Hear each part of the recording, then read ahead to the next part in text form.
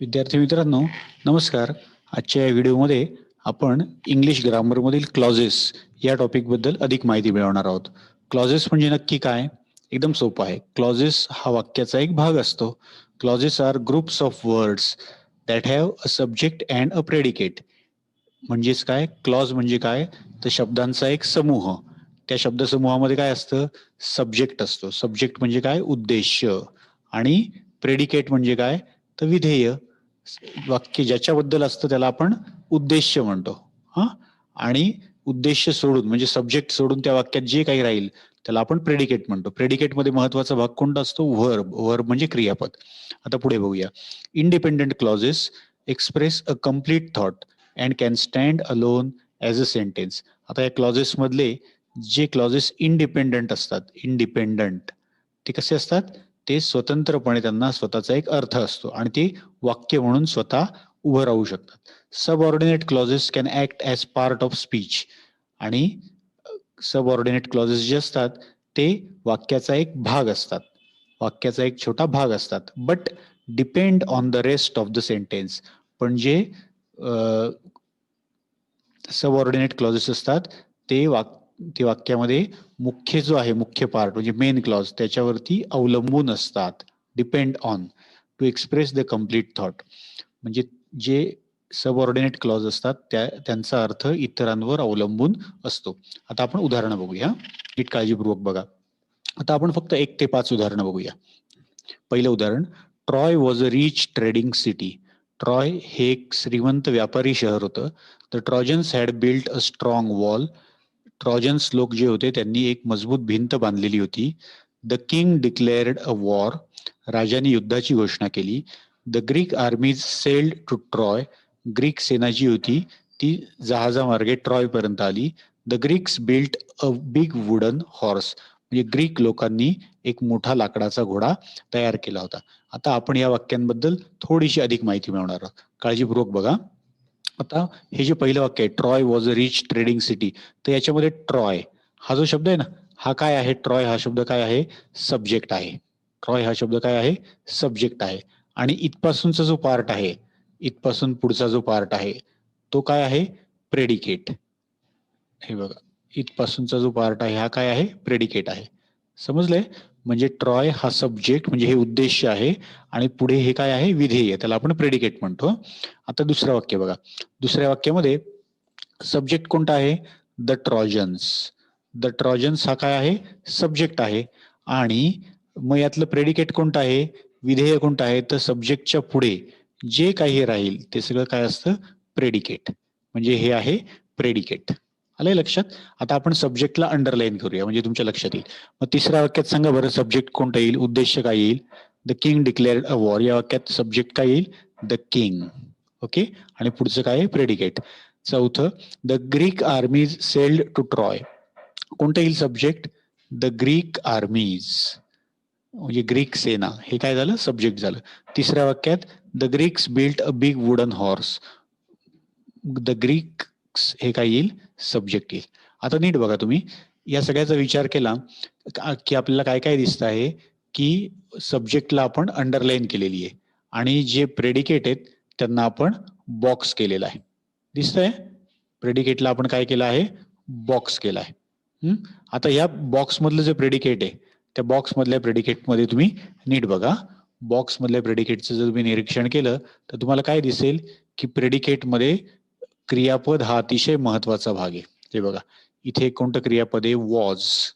नंतर had built हे क्रियापद आहे. डिक्लेअर्ड हे क्रियापद आहे. सेल्ड हे क्रियापद आहे. बिल्ट हे क्रियापद आहे. म्हणजे प्रेडिकेटमध्ये काय आवश्यक असतं? तिथे काय असतं? कंपल्सरी तिथे व्हर्ब असतंच. म्हणजे अंडरलाईन केलेला पार्ट आहे सब्जेक्ट आणि इकडचा पार्ट जो आहे तो कोणता आहे? प्रेडिकेट. समजलंय? म्हणजे आता तुम्हाला सब्जेक्ट म्हणजे काय आणि प्रेडिकेट म्हणजे काय हे कळलं. मग 1 ते 5 या वाक्यांमध्ये बघा, एक सब्जेक्ट आहे आणि एक प्रेडिकेट आहे. समजलंय? 1 ते 5 या वाक्यांमध्ये एक सब्जेक्ट आहे आणि एक प्रेडिकेट आहे. मग लक्षात ठेवा मुलांनो, अतिशय महत्वाची गोष्ट, ज्या वाक्यांमध्ये एकच सब्जेक्ट आणि एकच प्रेडिकेट असतं ना त्या वाक्यांना काय म्हटलं जातं? Simple sentence. Simple sentence. It is a simple sentence. These sentences from 1 to 5 they are simple sentences. कळलं तुम्हाला आता? सिंपल सेंटेन्स म्हणजे काय? एक सब्जेक्ट आणि एक प्रेडिकेट. हे सगळं आपण काय शिकतो आहोत? कारण पुढची क्लॉजची कन्सेप्ट क्लिअर होण्यासाठी आपल्याला सिंपल सेंटेन्स म्हणजे काय ते कळणं आवश्यक आहे. आता तुम्हाला सिंपल सेंटेन्स समजलं.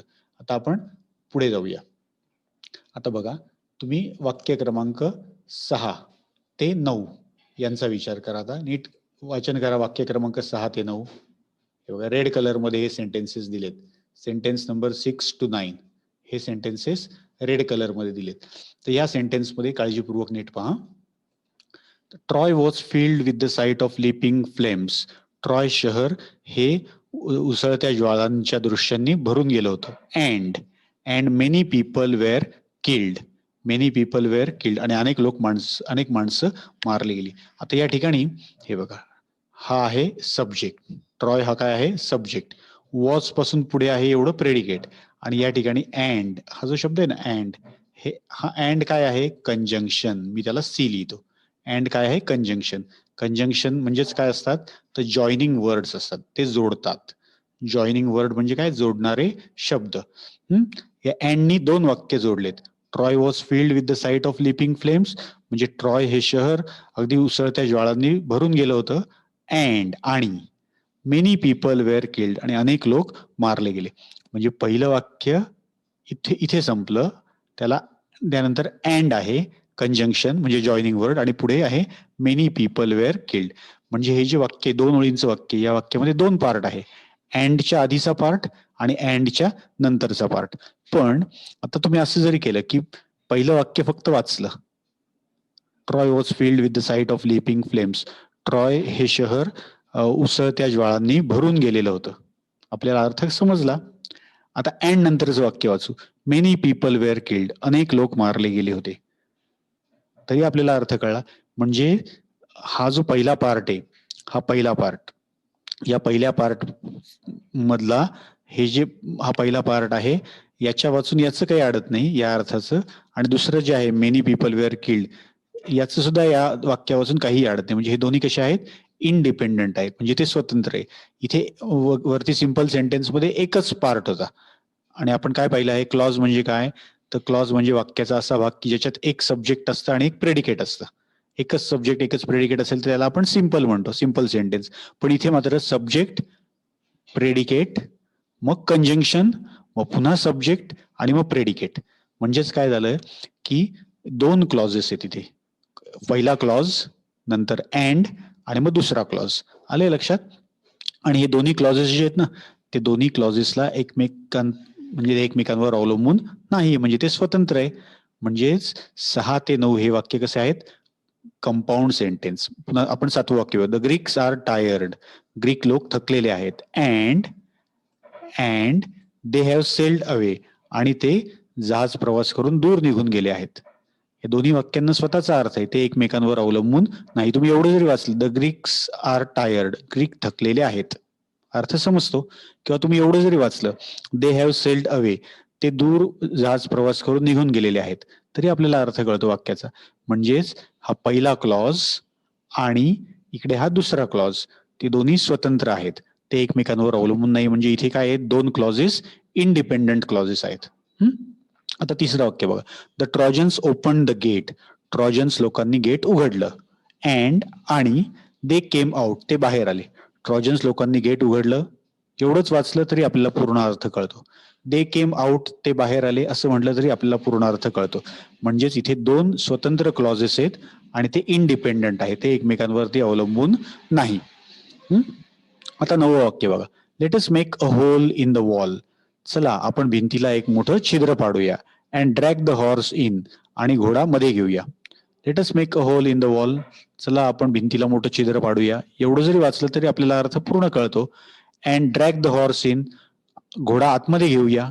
एवढं जरी वाचलं तरी आपल्याला अर्थ कळतो. म्हणजे अँडच्या आधीचा पार्ट हा एक क्लॉज आहे, अँडच्या नंतरचा पार्ट हा एक क्लॉज आहे, आणि ते अर्थासाठी एकमेकांवरती अवलंबून नाही. म्हणजेच कोणते आहेत हे 2 क्लॉजेस? Independent clauses. मग आता आपल्याला सेंटेन्स नंबर 6 to 9 मध्ये काय कळलं की जेव्हा 2 इंडिपेंडंट क्लॉजेस असतात एकाच वाक्यामध्ये, जेव्हा 2 इंडिपेंडंट क्लॉजेस असतात तेव्हा त्यांना म्हटलं जातं कंपाऊंड सेंटेन्स. तेव्हा त्यांना काय म्हटलं जातं? Compound sentence. हा शब्द लक्षात ठेवा तुम्ही. All these sentences from 6 to 9 they are compound sentences. समजले? म्हणजे आपले सिंपल सेंटेन्सेस झाले, कंपाऊंड सेंटेन्सेस झाले. आता आपण पुढचे बघूया, काळजीपूर्वक बघा. आता sentence number 10, sentence number 10 to 13 पाहूया आपण. महत्वाचं आहे. आता काय दिसतंय आपल्याला इथे? When morning came nothing was left. जेव्हा सकाळ झाली, नथिंग वॉज लेफ्ट, काहीही शिल्लक नव्हतं. 11वं वाक्य, when the Trojans dragged him out. जेव्हा ट्रॉजन्स लोकांनी त्याला बाहेर खेचून काढलं, the man pretended to be very frightened of them. तेव्हा त्या माणसानी त्यांना घाबरल्याचं नाटक केलं. 12वं बघा, if they had made a smaller offering. जर त्यांनी छोटी गोष्ट अर्पण केली असती, you might have taken it in to your city. तुम्ही ती वस्तू तुमच्या शहरात घेतली असती. आणि 13वं वाक्य, when the Trojans are asleep we will attack the city. जेव्हा ट्रॉजन्स झोपलेले असतील, we will attack the city, आपण शहरावरती हल्ला करू. आता हे वाक्य आपण पाहिले 10 ते 13. आता आपण यांचा अर्थ समजावून घेऊया. 10वं वाक्य बघा, वेन मॉर्निंग केम. जेव्हा सकाळ झाली, नथिंग वॉज लेफ्ट, काहीही शिल्लक नव्हतं. या वाक्यांमध्ये 2 पार्ट दिसत आहे आपल्याला. वेन मॉर्निंग केम, नीट बघा. वेन मॉर्निंग केम, जेव्हा सकाळ झाली, हा एक पार्ट. आणि दुसरा पार्ट कोणता आहे? दुसरा पार्ट कोणता आहे? नथिंग वॉज लेफ्ट, काहीही शिल्लक नव्हतं. मग तुम्ही जर यातला एकच पार्ट वाचला कुठला तरी, वेन मॉर्निंग केम, जेव्हा सकाळ झाली, एवढंच वाचलं आपण, जेव्हा सकाळ झाली, अर्थ कळतो काही? नाही कळत. नथिंग वॉज लेफ्ट, काहीही शिल्लक नव्हतं, असं म्हटलं तर आपल्याला अर्थ कळतो. म्हणजेच काय, तर हा जो रेड कलर मधला बॉक्स आहे, रेड बॉक्स, तर त्याचा अर्थ आपल्याला समजून घेण्यासाठी या निळ्या बॉक्सची काही गरज नाही, निळ्या रंगाच्या. पण निळा जो बॉक्स आहे त्याचा अर्थ समजून घ्यायचा असेल तर रेड बॉक्सची मात्र आपल्याला गरज आहे. म्हणजेच काय, हा जो रेड बॉक्स आहे हा कशावरही अवलंबून नाही. म्हणजेच हा काय आहे? इंडिपेंडंट. हा काय आहे? इंडिपेंडंट. म्हणून मी इथे काय लिहिलंय? आय लिहिलं. इंडिपेंडंट. इंडिपेंडंट क्लॉज आहे हा.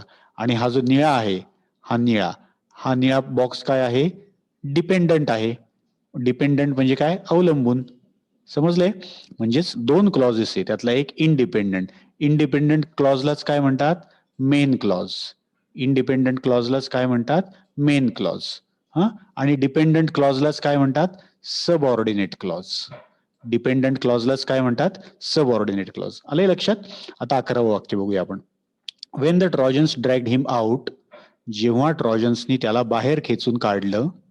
इथे वाक्य कॉमा आहे. पुढे बघा, the man pretended to be very frightened of them. त्या माणसानी अतिशय घाबरल्याचं नाटक केलं. आता बघा 2 पार्ट आहे. जेव्हा ट्रॉजननी त्यांना बाहेर ओढून काढलं त्या माणसाला.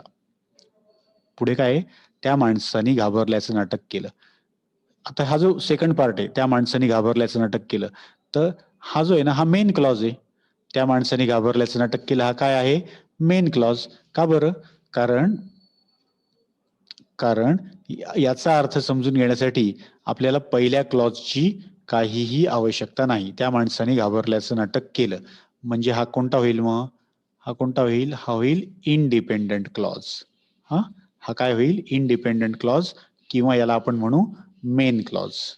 काय म्हणणार याला? Main clause. आणि when the Trojans dragged him out, जेव्हा त्यांनी त्याला बाहेर काढलं, म्हणजे हा जो पार्ट आहे,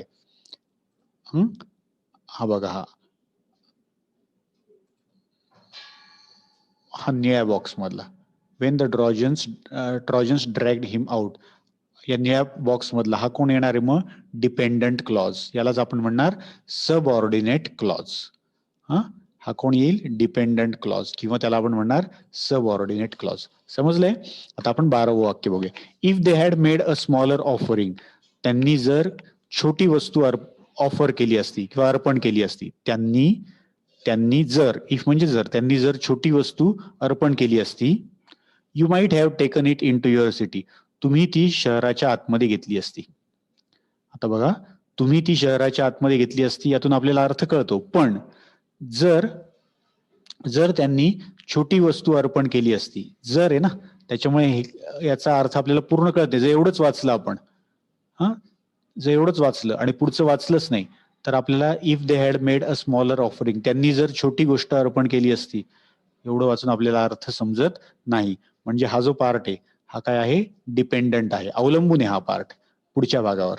म्हणून हा पहिला पार्ट जो आहे ना कॉमाच्या आधीचा, हा आहे डिपेंडंट क्लॉज म्हणजे सबऑर्डिनेट क्लॉज, आणि कॉमाच्या नंतरचा पार्ट हा आहे इंडिपेंडंट क्लॉज म्हणजे मेन क्लॉज. समजलंय? आता 13वं वाक्य बघूया. When the Trojans are asleep we will attack the city. जेव्हा ट्रॉजन्स झोपलेले असतील आपण शहरावर हल्ला करू. आता आपण शहरावर हल्ला करू, आपण शहरावर हल्ला करू, हा पार्ट काय येतो, हा येतो मेन क्लॉज. आपण शहरावर हल्ला करू हा काय येतो, मेन क्लॉज. कारण याचा अर्थ आपल्याला समजतोय हे नाही वाचलं तरी. पण जेव्हा आपण when the Trojans are asleep, जेव्हा ट्रॉजन्स झोपलेले असतील, एवढाच पार्ट वाचला तर आपल्याला अर्थ कळत नाही. म्हणजे हा काय आहे, डिपेंडंट आहे, अवलंबून आहे एवढा पार्ट. हा डिपेंडंट आहे, म्हणूनच याला आपण म्हणणार डिपेंडंट क्लॉज किंवा याला म्हणणार आपण सबऑर्डिनेट क्लॉज. समजलेत तुम्हाला आता क्लॉजेसचे दोन प्रकार? आता आपण याचा एक तक्ता बघूया.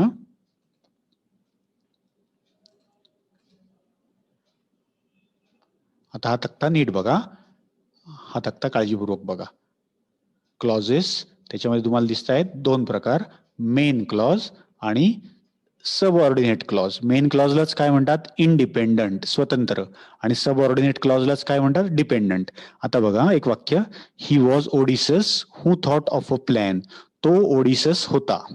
ही वॉज ओडिसस म्हणजे काय, तो ओडिसस होता. हू थॉट ऑफ अ प्लॅन, ज्यांनी प्लॅनचा विचार केला होता. आता जर आपण एवढंच वाचलं, हू थॉट ऑफ अ प्लॅन, ज्यांनी प्लॅनचा विचार केला होता किंवा ज्यांनी योजना आखली होती, असं जर म्हटलं तर काय होईल, आपल्याला पूर्ण अर्थ कळत नाही. म्हणजे हा काय होईल, सबऑर्डिनेट क्लॉज. हा काय झाला, subordinate clause. Who thought of a plan, ज्यांनी योजनेचा विचार केला होता, एवढंच म्हटलं तर आपल्याला अर्थ कळत नाही. म्हणजे याचा अर्थ पहिल्या पार्टवर अवलंबून आहे, म्हणून हा झाला सबऑर्डिनेट क्लॉज. आणि ही वॉज ओडिसस, तो ओडिसस होता, एवढ्या वाक्याचा आपल्याला अर्थ कळतोय, म्हणजे याचा अर्थ इतरावर अवलंबून नाहीये, म्हणजे हा झाला मेन क्लॉज. आता पुढे बघूया आपण. The Trojans were killed before they could put on their armour and seize their weapons. याचा अर्थ नीट घेऊन या, नीट बघा. ट्रॉजन्स मारले गेले, ट्रॉजन्स वेअर किल्ड म्हणजे काय, ट्रॉजन्स मारले गेले केव्हा, before they could put on their armour and seize their weapons, म्हणजेच त्यांची चिलखते आणि शस्त्रे घेण्यापूर्वीच. बिफोर म्हणजे काय, पूर्वीच. त्यांनी चिलखते आणि शस्त्रे घेण्यापूर्वीच ट्रॉजन मारले गेले.